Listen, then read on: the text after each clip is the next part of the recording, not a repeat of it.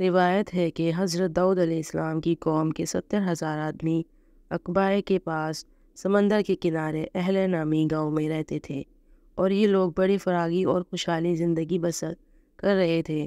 اللہ تعالیٰ نے ان لوگوں کا اس طرح امتحان لیا کہ ہفتے کے دن مچھلی کا شکار ان لوگوں پر حرام فرما دیا اور ہفتے کے باقی دنوں میں شکار حلال فرما دیا، مگر اس طرح ان لوگوں کو آزمائش میں مبتلا فرمایا کہ ہفتے کے دن بے شمار مچھلیاں آتی تھیں اور دوسرے دنوں میں نہیں آتی تھیں۔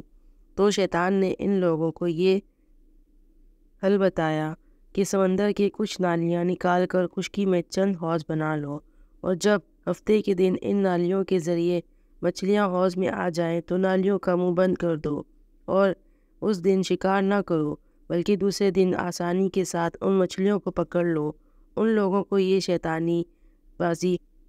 کو یہ حلہ بازی پسند آ گئی، اور ان لوگوں نے یہ نہیں سوچا کہ جب مچھلیاں نالیوں اور حوضوں میں قید ہوں گی تو یہ ان کا شکار ہو گیا، تو ہفتے ہی کے دن شکار کرنا پایا گیا۔ ان لوگوں کے لیے حرام تھا۔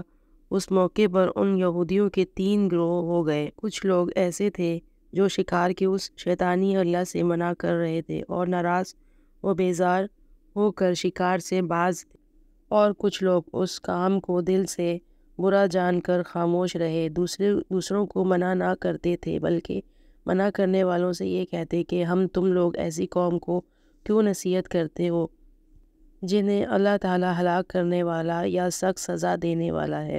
اور کچھ لوگ وہ سرکش و نافرمان لوگ تھے جنہوں نے حکم خداوندی کی اعلانیہ مخالفت کی اور شیطان کی حلہ بازی کو مان کر ہفتے کے دن شکار کر لیا اور مچھلیوں کو کھایا اور بیچا بھی۔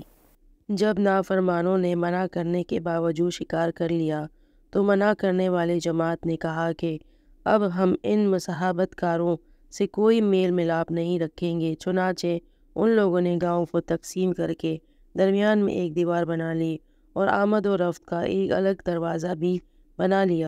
حضرت داؤد علیہ السلام نے غضبناک ہو کر شکار کرنے والوں پر لعنت فرمائی۔ اس کا اثر یہ ہوا کہ ایک دن خطا کاروں میں سے کوئی باہر نہیں نکلا، تو انہیں دیکھنے کے لیے کچھ لوگ دیوار پر چڑھ گئے تو کیا دیکھ وہ سب بندروں کی صورت میں مسخ ہو گئے ہیں۔ اب لوگ ان مجرموں کا دروازہ کھول کر اندر داخل ہوئے تو وہ بندر اپنے رشتہ داروں کو پہچانتے تھے اور ان کے پاس آ کر ان کے کپڑوں کو سونگھتے تھے اور زار و زار روتے تھے، مگر لوگ ان بندروں کو نہیں پہچانتے تھے۔ ان بندر بن جانے والوں کی تعداد 12,000 تھی۔ یہ سب 3 دن تک زندہ رہے اور ان کے درمیان میں کچھ بھی کھا پی نہ سکے، بلکہ بھوک پیاس سے سب کے سب ہلاک ہو گئے۔ شکار سے منع کرنے والا گروہ ہلاکت سے سلامت رہا۔